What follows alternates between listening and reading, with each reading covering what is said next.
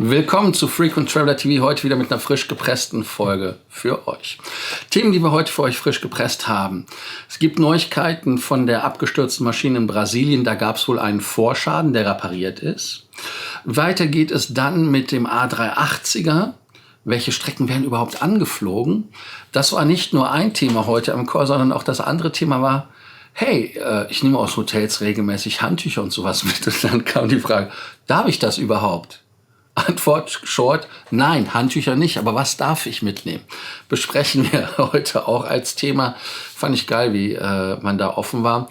Wir haben dann nochmal die Boeing 737 MAX 7 und 10 und ihr sagt, hups, die fliegen ja noch gar nicht. Nee, aber die sind auf Kurs zur Zertifizierung, also können bald kommen. Und wir haben einen A350er Countdown von Edelweiss.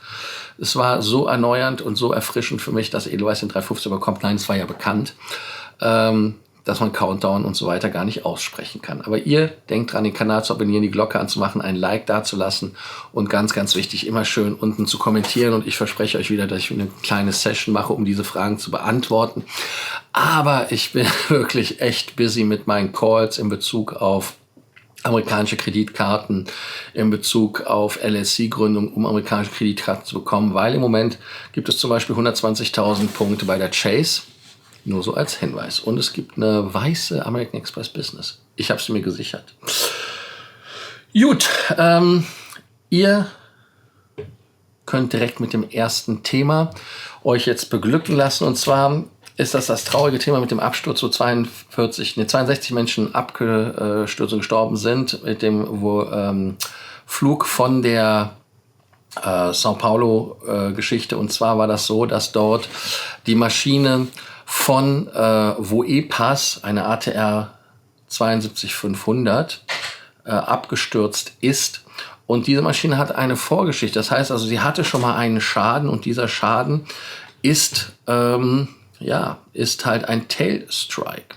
Und dieser Tailstrike ist repariert worden und die Fluggesellschaft geht halt immer noch davon aus, dass es keinen technischen Hintergrund hat. Man geht immer noch davon aus, dass es an dem Eis lag und dass damit dann quasi der Absturz besiegelt war, weil eine ATR 72 ist sehr, sehr anfällig für Vereisung. Und da muss man halt wirklich tierisch drauf aufpassen, dass das nicht passiert. Vielleicht sind sie niedriger geflogen, um zu versuchen, in wärmere Regionen zu kommen, damit das Eis wegkommt. Aber man hat da wohl irgendwo verkackt. Aber das Problem ist wahrscheinlich, dass wir da eine Lösung bekommen, weil man natürlich den Flugdatenschreiber, den FDR und den Voice Cockpit Recorder bekommen hat und damit halt wirklich was passiert. Aber Voepas hat Folgendes gesagt: Das Flugzeug war zum Zeitpunkt des Starts zu 100% einsatzbereit. Interessant ist auch, dass dieser Tailstrike, der passierte, auf einem Flug am 11. März passierte, 2024 aus Recife. Da ist es so, dass man, als man aus Recife nach Salvador geflogen ist, dort dann aufgesetzt hat mit dem Schwanz und damit das Flugzeug dann beschädigt hatte.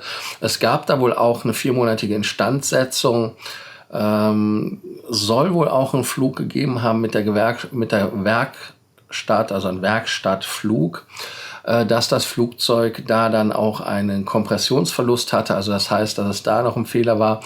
Aber man sagt wirklich, dass das repariert worden ist. Ist nur ein Hinweis, dass das eventuell etwas sein könnte, was auch zum Unfall beigetragen hat. Wir wissen es nicht.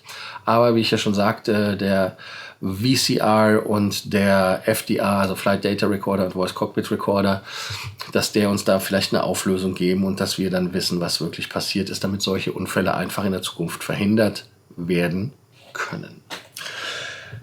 Jetzt geht es um das Thema Boeing. Da gab es ja auch Unfälle. Und zwar ist es bei Boeing, bei der MAX natürlich nicht unbedingt rund gelaufen. Man hat ja auch bei der Zulassung jetzt bei Boeing darum gebeten, dass die das auch jetzt in 24 zulassen können nach den alten Regeln. Aber man arbeitet weiter an der MAX 7 und der 10 Zulassung.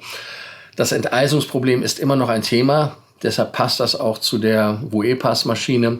Und dort soll halt wirklich geschaut werden, dass man die Zulassung der MAX, der 7, das ist quasi so die Basisversion, und die High-End-Version wäre die MAX 10, dass die bis 2025 Mitte gemacht werden kann.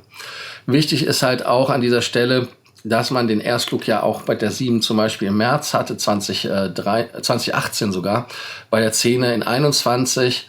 Aber sie sind halt beide nicht zugelassen und die Probleme sind ja bekannt und wir wissen ja, warum das so ist. Aber wir gucken jetzt einfach mal, dass sie die ganzen Probleme hinbekommen mit der Produktion, mit der Qualität, eventuell dadurch, dass Spirit dann auch wieder zu Boeing gehört in dem Fall und dass man dann die Maschine bis Mitte 2025 in die Auslieferung bringen kann.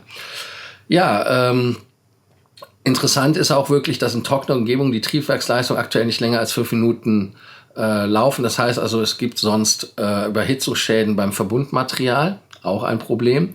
Sonst ist das halt wirklich so, dass man da halt Sachen hat, die sich zum Beispiel beim Lufteinlass, die Lippen, die da sind, die können beschädigt werden. Das ist also ein Problem. Also da muss man auch dran arbeiten. Und Kalun sagt, das ist der scheidende Boeing-Chef, das ist buchstäblich der Knackpunkt, aber wir sind sehr zuversichtlich, dass wir noch vor Jahresende eine technische Lösung finden werden. Ich gehe nicht davon aus, dass es noch andere Probleme gibt, mit denen wir uns auseinandersetzen müssen. Und das ist natürlich interessant. Wichtig ist das Flugzeug ganz einfach für Boeing ja auch, weil es ein Brot- und Butter-Flugzeug ist. Die MAX 7-Variante hat alleine 343 Aufträge. Die MAX 10 hat 1072 Aufträge und ist ja auch der direkte Konkurrent zur Airbus 321. Also hier gibt es wirklich in meinen Augen vielleicht Bedarf, dass da Airbus auch wieder ein bisschen Konkurrenz bekommt, damit man sich verbessert. Und ich hoffe, dass Boeing da auch nochmal besser wird. Interessant ist auch, dass Boeing natürlich eine schlechte Track Record im Moment hat bei der 737 oder auch bei der 777X und so weiter. Aber ich hoffe, dass das wirklich dem geschuldet ist, dass man das Thema jetzt ernst nimmt und sagt, ja, wir gucken und wir schauen und wir nehmen das Thema so von der Agenda, dass es da keine Probleme gibt. Und damit dürfte es dann auch eins der sichersten Flugzeuge sein, die wir haben. Also eigentlich gute Nachrichten. Edelweiss, auch gute Nachrichten. Edelweiss bekommen A350 und die haben einen Countdown auf ihrer Webseite. Und zwar ist das so, dass man den ersten Airbus 350 in den Betrieb bringen möchte, in den Flugbetrieb, um ganz genau zu sein. Und die Maschine steht wohl im Moment in der Lackiererei. Jo. Also man möchte diese Woche wohl was vorstellen. Und da steht dann halt New Fleet Member. Und da könnt ihr dann einfach mal schauen. Die Ankündigung ist halt wie so eine normale Tafel. Also das heißt diese Clubboards, die ihr ja kennt. Und ihr seht das ja auch an dem Bild, was da ist. Und der Zähler ist halt wirklich so, dass der am Dienstag um 9:59 Uhr endet, der Countdown. Im Hintergrund sieht man ein unscharfes Flugzeug in weißem Kleid. Man kann es als 350er identifizieren, wenn man so ein bisschen drauf achtet. Man sieht halt wirklich auch die Zorro-Binde, die hat. Und damit ist die Einflottung von den 6 Airbussen, die sie bekommen sollen bei Edelweiss, den 350-900ern, doch positiv. Und ich bin mal gespannt, was innen drin für eine Kabine kommt, welche Kabine das wird. Denn wenn wir uns mal genau angucken, ist das so, dass die Maschine ja im Moment in Shannon steht, hat auch eine österreichische Registrierung, das ist die Oscar Echo Lima Hotel Fox und ist von Hanoi, das liegt natürlich in Vietnam, nach Shannon in Irland gebracht worden. Shannon ist ja noch bekannt, weil das der Flughafen war, wo früher die Transatlantikflüge dann über den Atlantik geflogen sind. Und dort gibt es auch einen Lackierer und der Lacker macht das Flugzeug schön auf Edelweiss und am Dienstag ist es dann wohl fertig und vielleicht kommt dann ein schönes Bild von dem Flugzeug, was wir dann sehen können. Vielleicht stellen sie uns was vor, vielleicht stellen sie uns auch was Echtes vor. Und spannend ist auch, was halt wirklich, ich komme nochmal drauf, in der Kabine halt kommt, weil die Kabine halt gerade spannend ist. Gerade bei Edelweiss, das natürlich ein Urlaubsflieger ist. Alle Sitze sollen halt wirklich Bildschirm haben, USB, Steckdose, das klassische Thema. Und man kann natürlich jetzt gucken, ob das Latam ist, was nur dann geedelweißt ist. Aber wir werden vielleicht mehr Bilder sehen demnächst online dazu. Also kommentiert, was er davon haltet, was er davon denkt. Ein Thema, was ich heute im Call hatte, und deshalb nehme ich euch da mit, weil den einen oder anderen interessiert das, sind die Fragen nach dem A380er und auf welchen Strecken. Weil ich habe zum Beispiel gerade mit dem Call mit dem Kunden gehabt, der Flüge buchen wollte, gesagt, ich will 380er fliegen. Und dann sage ich, ja, okay. Und habe ich selber nochmal nachgeguckt, welche Strecken geflogen werden. Und im Moment ist das wirklich so, dass man ja aufpassen muss, weil einige Strecken wirklich weggehen. Ab München gibt es nur den 380er, da ist der Boston dabei. Das geht dann noch bis Ende Oktober diesen Jahres. Dann gibt es das wieder nächstes Jahr ab April als Strecke. New York gibt es auch wieder ab April nächsten Jahres, geht auch Oktober zu Ende. Washington geht bis September und geht dann auch im April wieder weiter. Das heißt also, das sind so Strecken, die dann ausfallen. Los Angeles geht weiter, Delhi geht weiter und Bangkok geht dann ab Oktober wieder mit dem A380er für den einen oder anderen. Und das ist auch das, wofür er sich dann entschieden hat. Es sollen halt wirklich dann 8 Flugzeuge nächstes Jahr eingesetzt werden ab München. Ziele wird es dann mehr geben. Es werden ja einige Flugzeuge dann auch eingemottet. 509 Sitzplätze hat die Bude. Eine First Class mit 8 und so weiter. Ihr wisst es ja, was es da gibt. Also insofern, wer fliegen möchte und das nicht bis Oktober schafft, soll sich wirklich die 3 Ziele Los Angeles, Delhi und Bangkok vormerken. Ab Oktober Bangkok dann erst. Da könnt ihr dann schauen, ob ihr da euer 380er-Erlebnis holt oder nicht. Ich persönlich würde natürlich Los Angeles nehmen, aber das ist ein anderes Thema. Die Frage ist, bucht ihr Strecken oder Flüge, um mit dem 380er zu fliegen? Das heißt also, ob ihr da direkt drauf schaut und sagt, ich will mit 380er fliegen, mir ist egal die Strecke oder mir ist es egal. Hauptsache ich fliege über München, damit ich mit dem 380er fliegen kann. Da würde ich von euch auch gerne mal wissen, was ihr dazu denkt. Könnt ihr unten kommentieren. Und vor allem, wer von euch ist denn noch nicht 380er geflogen? Wobei ich in der Hon-Gruppe war, wo jemand gesagt hat, er ist noch nicht mit dem 380er geflogen. Wird Zeit, dass du es tust. Schnell, schnell, husch, husch. Also insofern freue ich mich, dass er auch gebucht hat. Also hier könnt ihr dann nochmal eure Kommentare unten lassen. Wir gehen jetzt weiter mit dem letzten Thema und das war auch mit demselben Kunden. Und ich muss so ein bisschen grinsen, weil er sagte, er klaut dann so gerne mal Handtücher und so weiter. Ja, es ist Klauen, muss man so ehrlicherweise sagen. Und jetzt kann man natürlich mal gucken, was man so als Gast mitnehmen kann im Hotel. Einige Sachen sind natürlich einkalkuliert preislich, wobei ich glaube, aber Handtücher, Teile des Betts in Form von Kissen, Decken, aber auch Handtücher oder aber auch irgendwelche Besteck, was vielleicht gebrandet ist auf eurer Hotelmarke. Ich weiß gar nicht, hat Hilton das? Muss ich mal gucken, Hilton oder Hyatt oder so. Ich habe da nie das gesehen, dass die irgendwie Logos drauf haben. Das ist ja eher bei Fluggesellschaften so, die Logos drauf haben. Ist er halt auf jeden Fall so, es ist Diebstahl. Jo, das ist nicht erlaubt. Und wenn ihr jetzt sagt, naja gut, aber dann die Seife oder so. Ja, nee, eigentlich auch nicht, weil die Sachen sind eigentlich nur dazu gedacht, dass man sie verbraucht, während man im Hotel ist, aber nicht, um die dann mitzunehmen. Die Hotels haben es eingepreist. Man findet es auch ganz lustig, wenn man diese Sachen mitnimmt, aber gerade bei Seifen und so weiter ist man jetzt dazu hingegangen. Gerade bei Hilton habe ich ja keine Seife mehr, sondern ich habe diese Pumpspender. Und damit erübrigt die Sache, wobei ich das mittlerweile auch nicht mehr mache. Und ich habe lange keinen Duft mehr gehabt in einem Hotel, wo ich gedacht habe, boah, der ist so geil, den möchte ich mir auch noch in die Haare schmieren. Also Shampoo oder so zu Hause, um die Erinnerung zu haben. Also das gibt es für mich nicht mehr so. Gab es mal in Hamburg im Park Hyatt, als sie noch das L'Occitane hatten, aber das gibt es ja auch leider nicht mehr in Hamburg. Also insofern ist das auch Thema durch. Wir hatten mal in einem Hotel in Abu Dhabi, da kam ein Gast mit der Matratze, die wollte er mitnehmen, fand er auch geil. Fernseher auch mal. Also, aber Fernseher kann man aus dem Hotel zwar klauen, aber der wird nirgendwo funktionieren, weil der Fernseher braucht eine Box, eine Setup-Box. Das ist eine extra Hotelversion. Also insofern auch keine gute Idee, das zu klauen.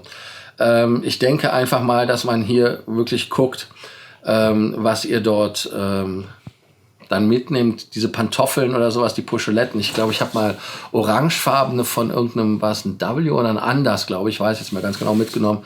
Aber ich trage die nicht, weil die mir auch nicht passen.